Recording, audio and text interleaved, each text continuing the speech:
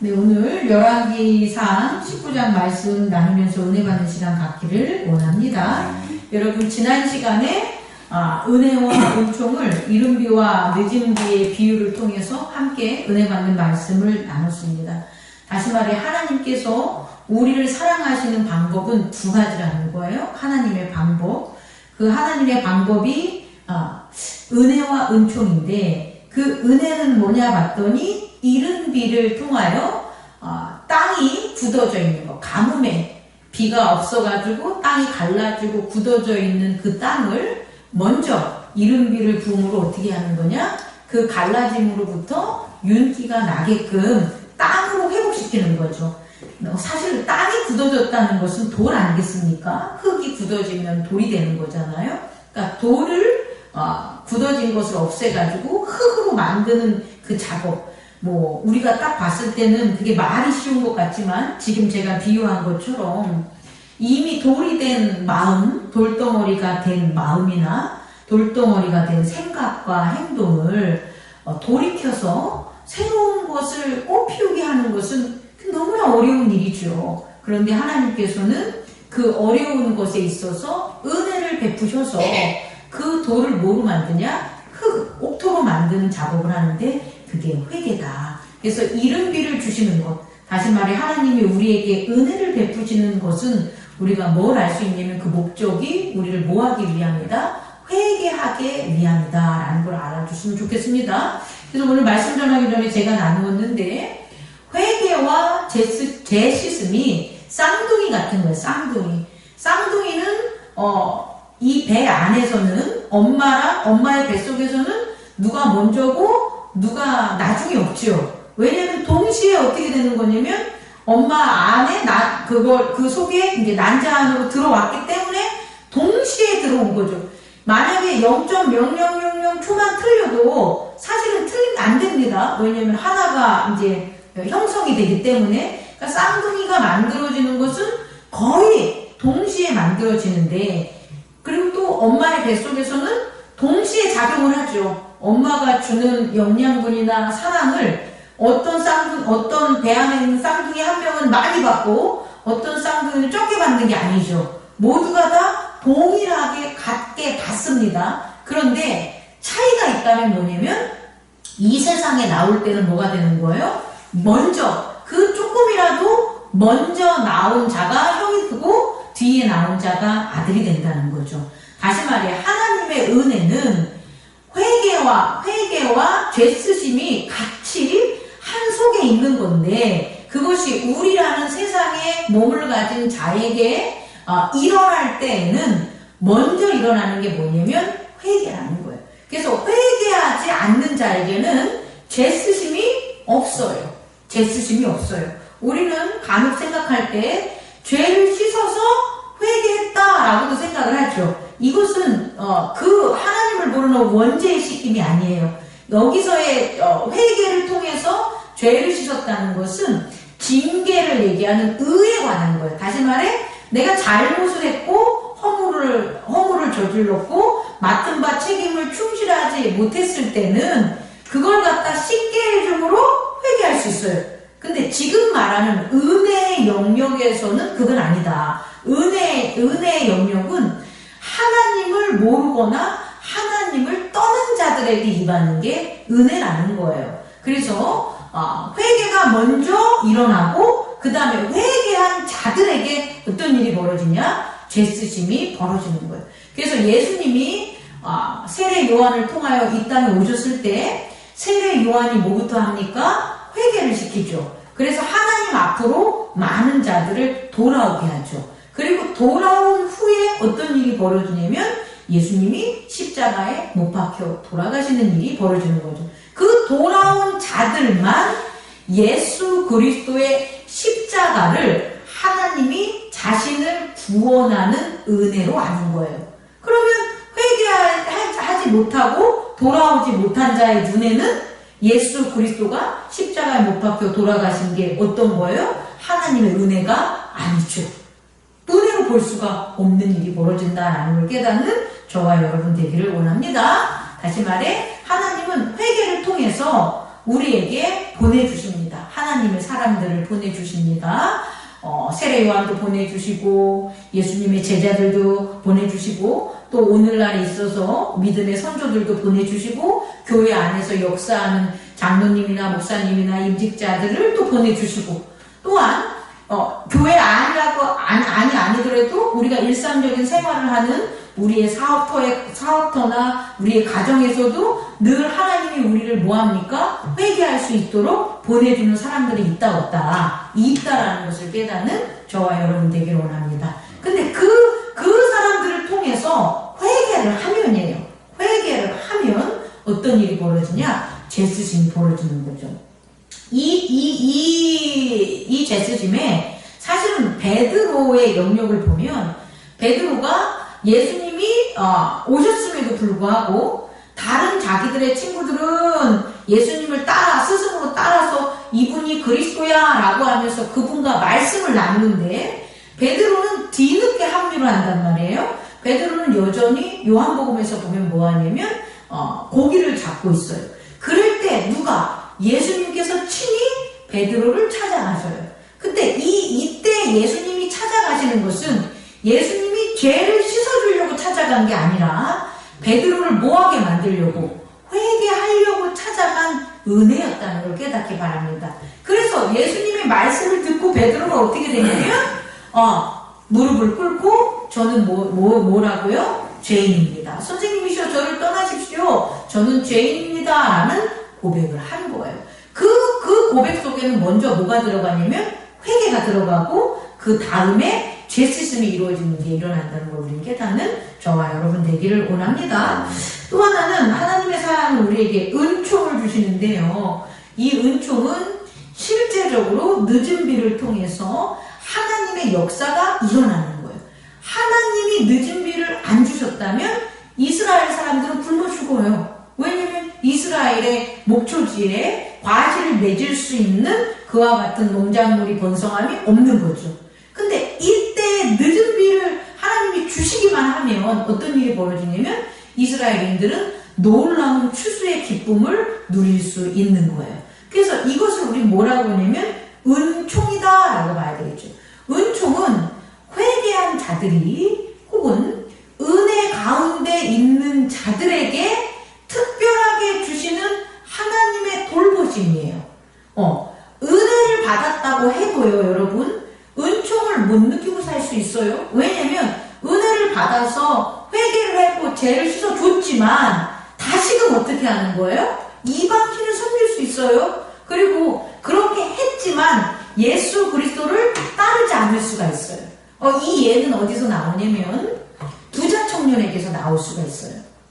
부자 청년 같은 경우에 분명히 부자 청년에게 임할 수 있는 것은 은혜예요. 하나님의 율법으로 말미암아 그가 회개하고 그 회개하는 삶을 통해서 그는 뭐 했냐면은 율법을 지킴으로 죄를 짓지 않는 삶을 살았다는 거예요. 그런데 그럼에도 불구하고 은혜를 받았는데 예수님을 쫓았다 안 쫓았다? 안 쫓았기 때문에 예수님을 따랐을 때에 예수님을 통해서 주시는 하나님의 특별한 열매가 부자 청년에게 있어요 없어요? 없다라는 것을 우리는 확인할 수가 있겠죠. 그렇다면 오늘날 은총은 뭐냐면 예수 그리스도를 영접한 자, 다시 말해 예수 그리스도를 따르는 자예요. 육체적으로는 예수 그리스도의 말씀을 따르는데 예수 그리스도의 말씀을 따른다는 것은 예수 그리스도가 어떻게 하는 거예요? 우리의 내면의 세계로 오신다는 거예요. 우리는 예수 그리스도의 말씀을 따르는데 예수 그리스도는 다시 어디로 오신다? 우리의 내면의 세계로 오시는 거예요. 그래서 우리 안에 누가 계시냐? 예수 그리스도가 계시는 거예요. 근데 중요한 건 전합니다. 우리가 말씀을 따르는 그 분은 예수예요. 예수. 다시 말해 2000년 전에 우리에게 인자의 몸으로 오신 예수예요. 약하고 여리고 감정이 있고 우리랑 똑같이 밥 안 먹으면 배고픈 그 예수예요. 십자가에 못 박아놔서 못을 박으면 피를 흘리고 고통을 느끼고 수치감이 있고 아픈 예수예요. 그 예수를 하나님이 보내셨다는 것을 따르라는 거예요. 다른 걸 따르는 게 아니라 기적을 부리고 표적을 하는 능력이 있고 부활한 그 예수를 따르라는 게 아니라 나와 동일한 아픔과 고통과 수치를 이 땅에서 온몸으로 경험한 그 예수가 하나님의 아들이라는 것을 따르라는 거예요. 그럼 이 의미에 뭐가 있냐? 우리도 그렇다는 거죠. 우리도 이 땅을 살아가면서 예수를 따르면서 수치를 경험할 수 있고 고난을 경험할 수 있고 슬픔과 아픔과 이런 것들을 경험할 수 있다는 거예요.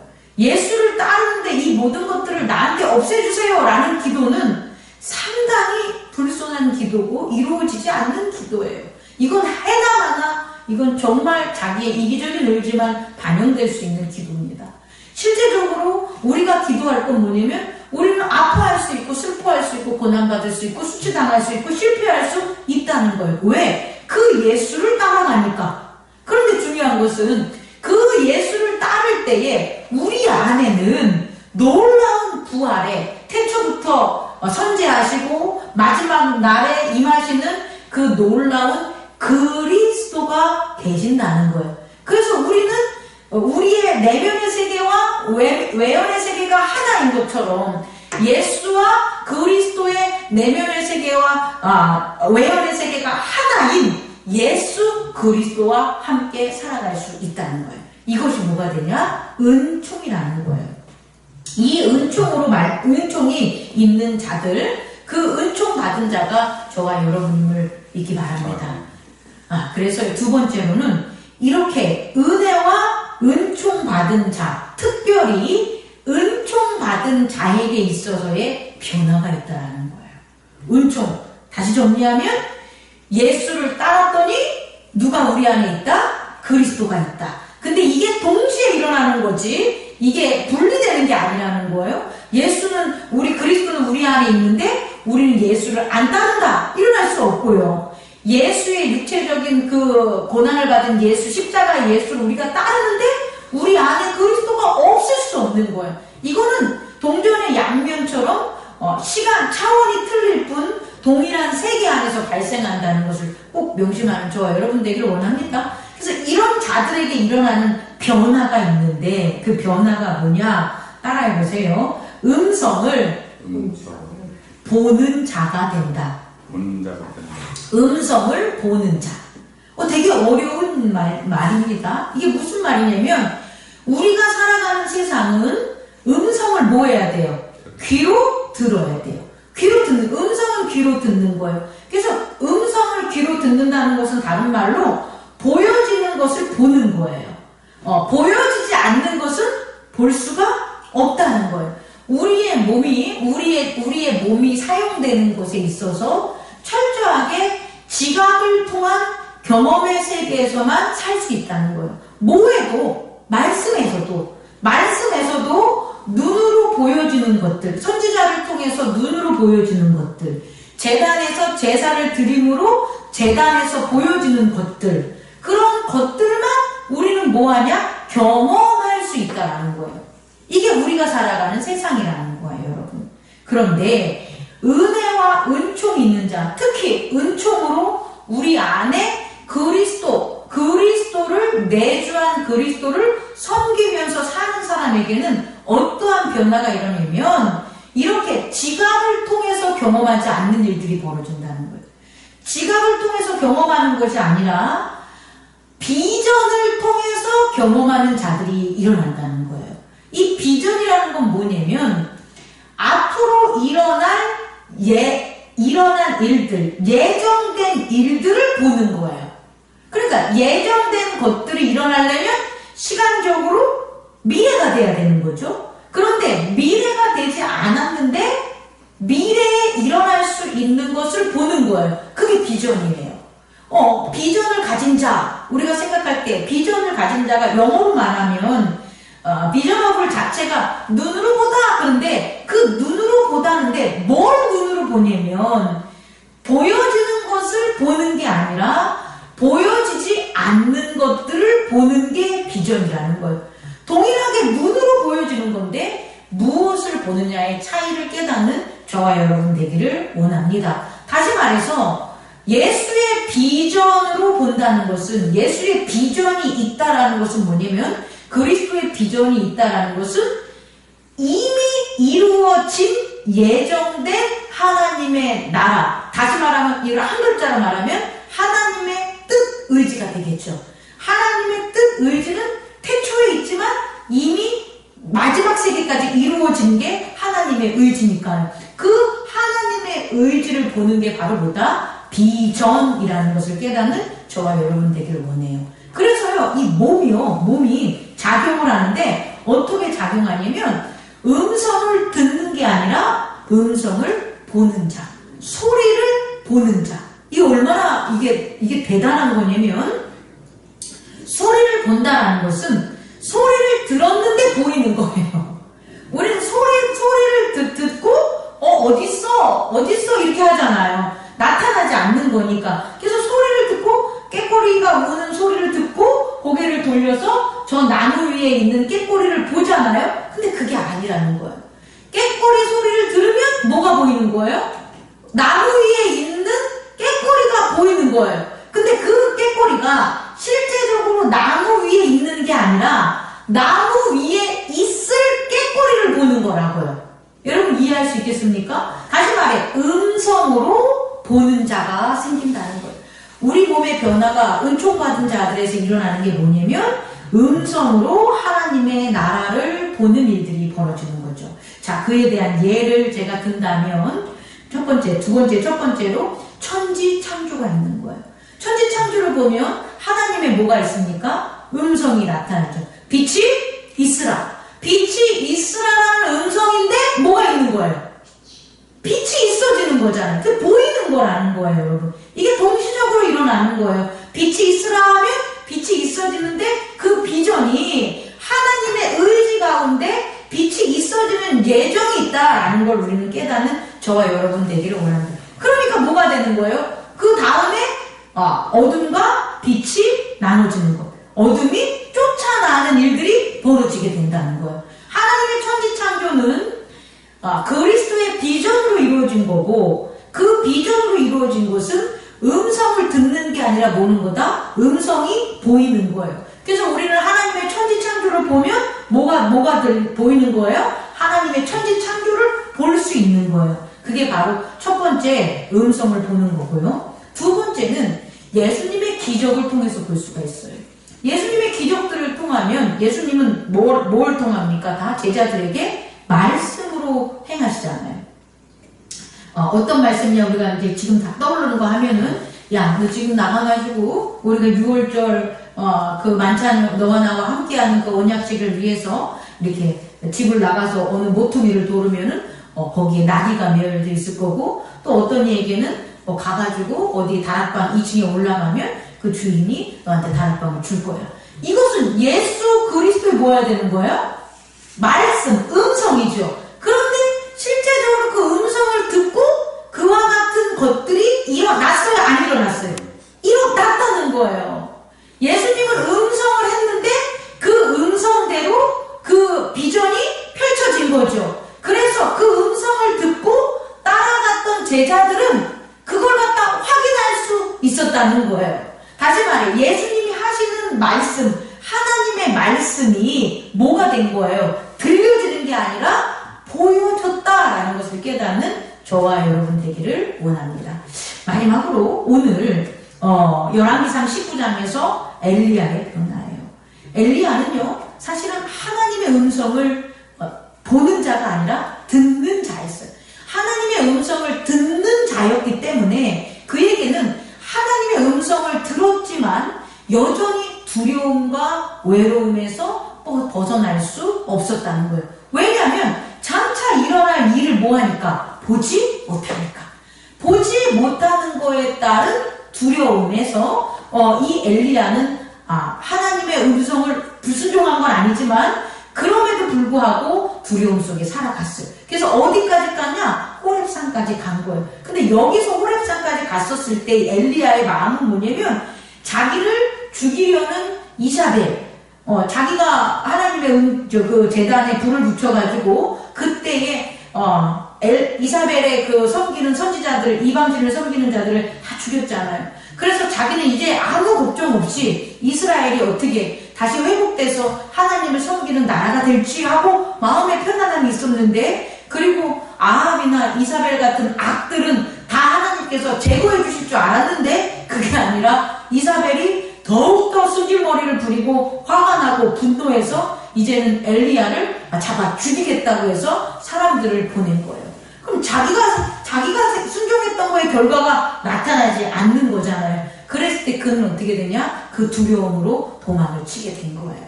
그래서 어디에 이르냐? 호렙산에 이르게 된 거죠. 그때 9절 여호와의 말씀이 그에게 임한 거예요. 엘리야야, 내가 어찌하여 여기에 있느냐? 그랬더니 10절, 9절절 이제 엘리야가 얘기를 하는 거예요. 제가 여호와를 열심히, 또 열심히 한 것뿐만 아니라 유별하게 그렇게 여호와를 따라서 이스라엘 자손에게 언약을 벌인 이스라엘의 자손, 주의 제단을 헐고 칼로 선지자들을 죽인 그 이스라엘 그 사람들을 돌이키기 위해 열심히 했는데 결국 지금 뭐만 남았다? 내 생명을 뺏는 그런 사람들이 지금 나를 쫓아옵니다 라고 이렇게 얘기를 했겠죠. 그랬을 때 하나님께서 뭘 보여주냐면 어떻게 합니까? 첫 번째, 크고 강한 바람 지나가요. 그런데 그 가운데 하나님이 있다 없다? 없다. 바위를 부수고 계신데 하나님이 있다 없다? 없다. 지진이 일어났는데 거기 하나님이 계신다? 없다. 그 모든 것들이 지나간 후에 세밀한 한 소리가 있다라고 12절에 나와요. 그리고 그 세밀한 소리를 13절 엘리야가 듣고 겉옷으로 얼굴을 가리고, 여기서는 듣고라고 했지만 사실은 엘리야가 보고예요. 다시 말해 그 세밀한 소리에 하나님을 엘리야가 봤기 때문에 그가 겉옷으로 그의 얼굴을 뭐한 거예요? 가린 거예요. 그리고 똑같은 말을 하는 거예요. 똑같은 거. 내가 여기 와서 내가 여기 왜 왔냐, 여기 왜 왔냐, 여기 막 이런 얘기를 해요. 그랬더니 하나님이, 이제 중요한 건 여기서 나타나는 게 비전이라는 거예요. 하나님이 엘리야에게 말씀하시는 거예요. 어떻게? 내가 내 길을 돌이켜 광야를 통하여 다메섹으로 가라. 기름을 부어라. 엘리사에게 기름을 부어라. 누구를 아람 왕으로 세워라. 이런 말씀을 하시는데 엘리야에게 있어서 이 말씀은 지금 뭐가 되는 거예요? 눈으로 보여지는 뭐가 되는 거예요? 비전이 된다는 거예요. 하나님은 말로, 음성으로 얘기했지만 엘리야는 이것을 눈으로 보고 그가 여태까지 있었던 어떤 것들, 두려움, 무서움, 이 모든 것에서 벗어나게 되는 거예요. 하나님의 비전을 본 자는 그렇다는 거예요.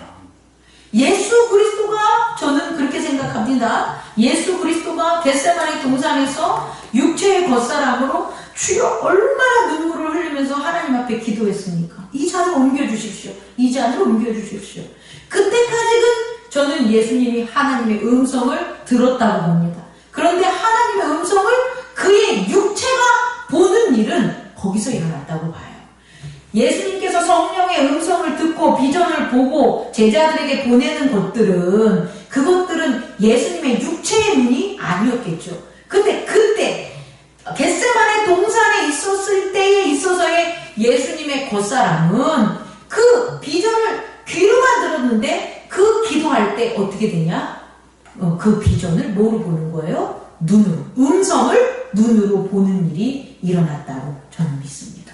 그래서 그 눈으로 일어나는 그 비전을 보고 그 제자들이 구원받고 제자들이 믿음의 복음을 전하고 있고 당신이 부활하고 제자들이 교회를 번성하고 제자들이 교회에서 예수님을 찬양하는 것들, 그리고 당신이 부활해서 보좌에 올라가서 그들과 함께하는 것들, 세계 만만 곳곳에 하나님의 복음의 구원이 넘쳐나는 이 모든 것들을 저는 예수님이 어떻게 했다? 그 하나님의 음성을 눈으로 봤다고 생각합니다.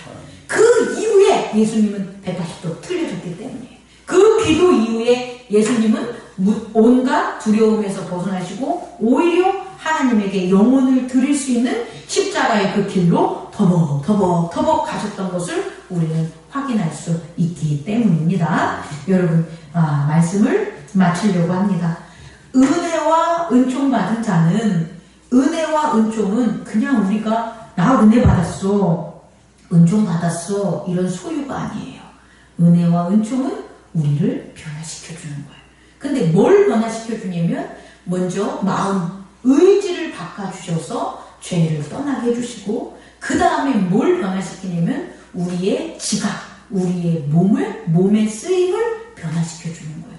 그래서 우리의 몸의 쓰임이 음성을 듣는 그런 지각에 의해서 살아가는 걸 보는 게 아니라, 음성을 듣는 비전을 통해서 우리 몸을 사용하게 해준다는 그 변화를 우리는 깨닫길 바랍니다.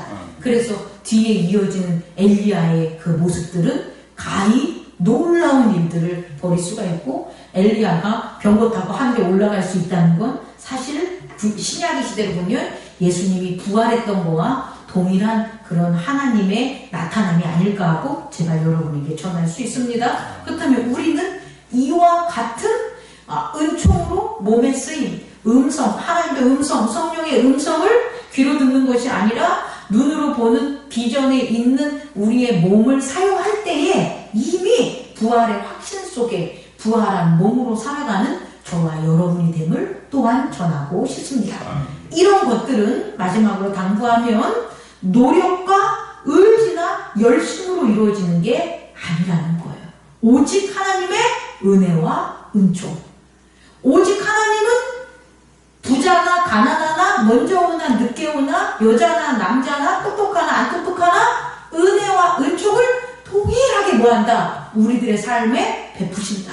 그런데 그것을 온전히 우리가 순종하며 따를 때에 은혜와 은총이 넘치는 거지. 이것이 목사님이 더 준다고 노력한다고 장로님이 더 수행한다고 말씀 읽는다고 있는 것은 아니다라는 걸 깨닫는 저와 여러분 되기를 원합니다. 또한 성경에서는 언급되어 있지 않지만 앞으로 엘리야에게 일어날 누구?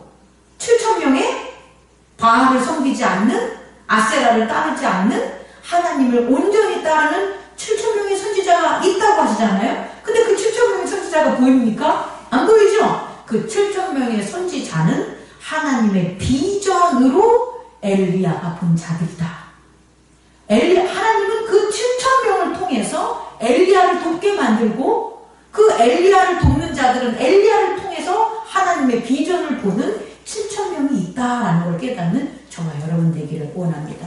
우리 가운데 하나님이 이 교회에 함께하는 인원들, 그 사람들을 통해서 하나님의 비전이 보이지 않는 거예요. 그러나 우리가 하나님의 음성을 귀로 듣는 게 아니라 우리가 뭐한다? 비전으로 본다면 우리를 돕는, 우리와 함께하는, 이 교회와 함께하는 하나님의 놀라운 숨겨진 그 돕는 선지자들이, 천사들이 있다 없다, 있다라는 걸 깨닫는 저와 여러분 되기를 원합니다. 기도하겠습니다.